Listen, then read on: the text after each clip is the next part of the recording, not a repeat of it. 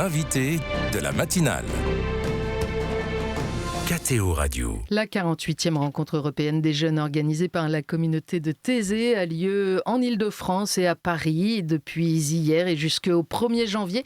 C'est depuis 1978 que la communauté de Thésée organise chaque année cette rencontre de 5 jours dans une ville d'Europe. Ça s'appelle le pèlerinage de confiance sur la terre. Près de 2 millions de jeunes, rendez-vous compte, y ont participé depuis la création du rendez-vous. Alors, c'est invité évidemment par les églises locales des diverses confessions et on attend 15 000 jeunes de toute l'Europe et même d'ailleurs qui vont se retrouver dans la prière, le partage, dans un esprit de fête et de fraternité. On en parle avec notre invité ce matin, le frère Émile de la communauté de Thésée. Bonjour frère Émile. Bonjour Philippine. Merci d'être avec nous. Vous êtes né au Canada, vous, en 1956, dans l'Ontario. Oui. Vous êtes arrivé en 1975 à la communauté de Thésée. Vous y êtes entré en 1976. Donc ça va être un grand jubilé là, 2026.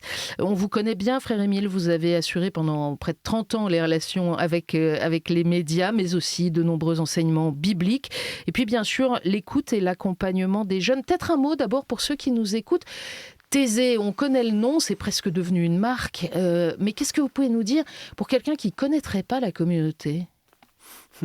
C'est un tout petit village, Thésée d'abord, puis ensuite une communauté, oui, en Bourgogne, à 100 km au nord de Lyon, en Saône-et-Loire. Cluny est tout près, Cluny est à 10 km.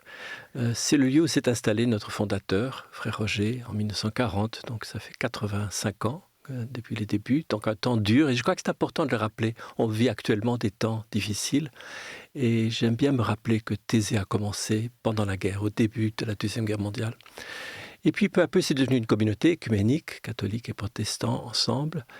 Et dans les années 60, un nouveau chapitre s'est ouvert, l'accueil des jeunes, qui n'a pas cessé depuis 60 et quelques années. Quelle était l'intuition de frère Roger en orientant la communauté vers l'accueil des jeunes particulièrement ? Mais frère Roger a participé au Concile Vatican II en tant qu'observateur. En rentrant du concile, moi je n'étais pas encore là, c'était fin 65, les frères me disent qu'ils avaient espéré un geste concret de réconciliation entre chrétiens à la fin du concile, et ce n'est pas venu. Il y a eu de très belles choses pendant le concile, mais ce geste concret n'est pas venu. Alors il s'est dit peut-être, en voyant les jeunes arriver en 66, je crois les premiers grands groupes arrivent en 66, peut-être que les jeunes iront plus loin, peut-être que les jeunes seront capables de vivre cette réconciliation au jour le jour. Et il n'a pas du tout envisagé ça comme étant contre l'institution, mais plutôt comme quelque chose qui pourrait porter l'institution à faire un pas de plus. C'était en grande partie cela, puis aussi un désir d'écouter. Je crois que ça a toujours été un mot important à Thésée, ça le reste, mais pour frère Roger, c'était fondamental dans une période de forte contestation d'à peu près toutes les institutions. Et il se disait, nous voulons être des hommes d'écoute, d'accompagnement, ne pas prétendre d'avoir des réponses, mais accompagner, écouter et valoriser le meilleur, parce qu'il sentait que dans cette colère qu'il y avait dans les années 60, il y avait aussi parfois des intuitions justes. Mais aujourd'hui, c'est plus tellement de la colère qu'expriment les jeunes vis-à-vis de nos sociétés. Oui, c'est vrai, le défi est devenu peut-être celui d'aider les jeunes à sortir d'un sentiment qu'il n'y a pas d'espérance. Et le cœur s'éveille, c'est ce qu'on remarque quand même, et c'est ce qu'on remarque dans ces prières communes avec les jeunes, c'est qu'il suffit parfois de peu de temps pour que le cœur s'éveille à l'espérance. Et les rencontres sont devenues, je pense, comme un espace pour cela, pour mettre en contact avec les sources qui donnent l'espérance. Alors justement, cette 48e rencontre européenne, je le disais tout à l'heure, ça s'appelle le pèlerinage de confiance. C'est audacieux quand même dans l'état du monde d'aujourd'hui. Oui, c'est audacieux et puis en même temps, le mot pèlerinage est un mot humble. Être pèlerin, c'est se mettre en route parfois avec... Peut-être c'est mieux, pas trop de bagages, pas trop de réponses dans ces bagages, mais se mettre en route tout simplement dans un esprit, je dirais peut-être de la première béatitude de Jésus. Heureux les cœurs de pauvres, le royaume des cieux est à eux. Et c'était notre expérience, je crois, pendant ces 48 ans de pèlerinage, c'est que quelque chose du royaume de Dieu, c'est-à-dire de la vie de Dieu, se manifeste quand on ose aller dans des situations complexes comme celle d'aujourd'hui avec les mains vides. Un mot sur cette dimension européenne. Il y a un lien particulier de la communauté de Thésée avec l'Europe de l'Est qui était à l'époque de l'autre côté du rideau de fer. Oui, personne n'aurait imaginé, je crois, une histoire pareille, des visites très humbles, très cachées dans les années 62, 63, et ça ne s'est pas arrêté, mais personne n'imaginait que ces visites très discrètes allaient donner naissance à des milliers, des centaines de milliers d'amitiés avec des jeunes de la Pologne, déjà du temps du cardinal Wojtyła, qui a invité Frère Roger dans les années 60, 70. Qui allait devenir le pape Jean-Paul II. Avant d'être Jean-Paul II. Et puis un peu dans tous les pays de l'Est. Et donc eux sont devenus de participants, parfois en très grand nombre, aux rencontres européennes. De fait, ils font partie des délégations les plus importantes cette année encore. Les Polonais, les Ukrainiens aussi, il y a et plus de les 1000 Allemands. Ukrainiens, c'est C'est pas extraordinaire. neutre d'avoir autant de jeunes Ukrainiens. On sait ce qui se vit dans leur pays, qui vont venir. Ils vont témoigner aussi auprès des autres. Oui, ils vont sûrement témoigner, ils vont chanter beaucoup. Il y a deux chorales remarquables. Et puis Frère Matthew, notre prieur de Thésée, revient de l'Ukraine. Donc il est arrivé avant-hier. Il va sûrement parler de ce qu'il a vécu. Il a vécu dans les endroits très durs qui ont été bombardés récemment. Il a admiré la foi de ces jeunes Ukrainiens. Il a parlé de lumière dans les ténèbres. Je pense qu'il en dira plus ces jours. Puis il y en a d'autres qui viennent et qui vivent aussi des situations difficiles. Et ils ne sont pas européens d'ailleurs. Je pense à la délégation d'une 60aine de Coptes qui viennent d'Égypte et qui ont pu... D'Alexandrie, oui, ça se développe depuis quelques années, le lien avec l'Égypte, avec toutes les églises catholiques et coptes orthodoxes et d'autres encore. Et c'est une chose qui nous réjouit de voir que dans le monde arabe maintenant, au Liban, en Palestine, où je vais assez souvent, que les chants de Thésée sont maintenant traduits en arabe et aimés. Donc c'est un service peut-être que ces chants peuvent rendre aussi dans des situations de détresse, d'avoir quelque chose qui redonne confiance. Et ça illustre aussi ce désir de Thésée d'être sur les lignes de fracture, là où se vivent des choses difficiles dans le monde, parce que ça fait vraiment partie de la vocation. Ça a toujours été comme ça. Je crois depuis le début, j'aime bien que vous employez cette expression ligne de fracture. Je crois, Frère Roger, voyez un peu comme ça, se tenir sur ces lignes de fracture de l'humanité, avec peu de moyens, mais en croyant que c'est possible de reconstruire une confiance si elle a été brisée, refaire du lien, se connaître, se découvrir. Alors concrètement, qu'est-ce qu'ils vont vivre ces jeunes pendant ces 5 jours en Île-de-France là ? Eh bien, à certains égards, c'est un peu comme une journée à Thésée. Il y a 3 prières, matin, midi et soir. Matin, c'est plutôt dans les paroisses. À midi, ce sera dans les grandes églises de Paris et de la région, parce que c'est toute l'Île-de-France qui participe.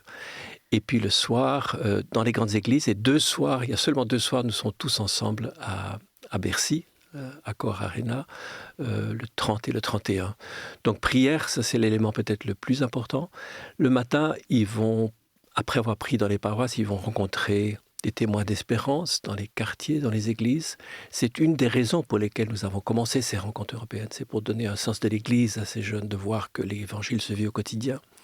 Et donc c'est important de leur permettre de rencontrer des témoins dans l'église locale, mais aussi ils vont échanger entre eux sur le thème. Frère Matthew a écrit cette lettre qui se trouve sur le site de Thésée maintenant. Que cherches-tu ?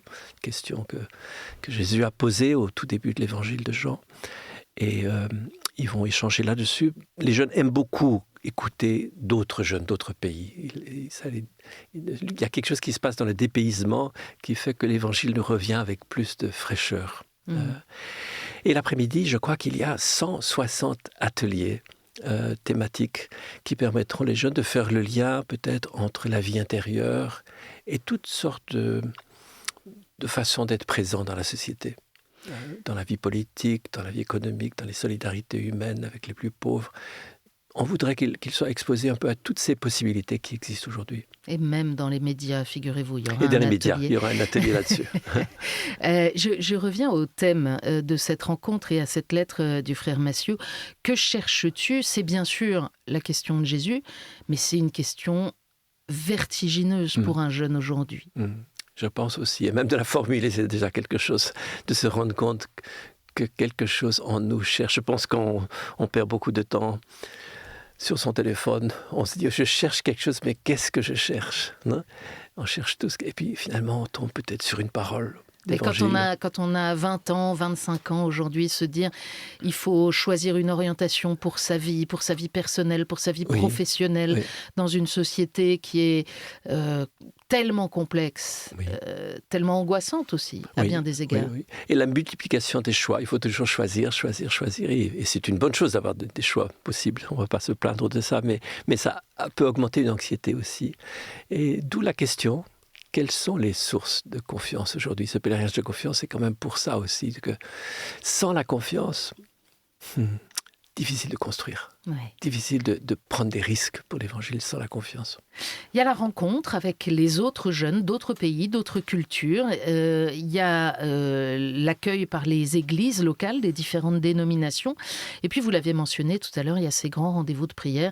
Alors, évidemment, dès qu'on dit Thésée, on pense au chant de Thésée. Et pourtant, frère Émile, ça n'a pas commencé tout de suite, cette histoire. C'est drôle pour nous aujourd'hui d'imaginer qu'il y a eu tout un temps de la communauté de Thésée où il n'y avait pas du tout ces chants si symptomatiques qu'on répète plusieurs fois dans les différentes langues, qui sont un peu une marque de fabrique maintenant. Oui, c'était ça. Quand je suis arrivé à Thésée, il n'y avait pas de chant de Thésée encore. Il y avait les psaumes, il y avait des cantiques plus longs, et le défi était là. Comment prier avec cette foule qui n'a pas une langue commune? Et de là est venue cette idée de chants très courts, mais qui ont aussi une qualité de prière, qui conduisent à une vie intérieure, pas simplement à du sentimentalisme, mais vraiment à une rencontre avec le Christ. Et ça s'est développé, ça s'est répandu, un peu à notre grande surprise, parce qu'on pensait c'est pour solutionner un problème qui est à Thésée. Mais non, le problème n'est pas seulement à Thésée.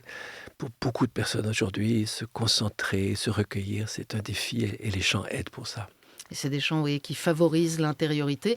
Et on le voit à chaque rencontre, c'est un peu aussi comme le miracle des JMJ. On peut avoir des dizaines de milliers de jeunes, mais ils sont assis et ils sont capables aussi, dans ce temps de silence qui est au cœur de la prière, portés avant par les chants à descendre un peu en eux-mêmes, à faire silence, justement. Ils sont capables. Oui, c'est une façon de faire confiance aux jeunes aussi, de faire en sorte qu'il y ait des temps de silence dans la prière. Ça veut dire qu'il y a quelque chose qui viendra de vous. Ce ne sera pas un lavage de cerveau, vous puiserez aussi dans votre rencontre avec le Christ, dans ce silence. Et c'est une façon de leur dire, mais vous ne pouvez pas être que passif, que recevoir. Il faut aussi être actif dans cette recherche. Et parce que l'invitation, c'est bien à la fois de découvrir des camarades, mais aussi d'avoir cette expérience personnelle avec le Christ. Il peut se vivre quelque chose d'intime dans une rencontre à 15 000. Oui, c'est le paradoxe un peu de ces rencontres. C'est des foules et en même temps, il y a quelque chose de très, très personnel dans la rencontre que chacun peut vivre dans la prière, avec les chants. Je crois que tout le monde remarque ça. On est vraiment ensemble, c'est une assemblée, et en même temps, c'est chacun dans un seul à seul avec le Christ. Merci beaucoup, frère Émile. Bonne journée, bonne rencontre. Merci à vous.